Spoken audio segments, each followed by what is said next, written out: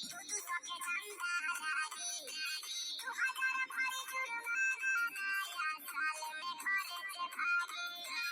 किसे कानी में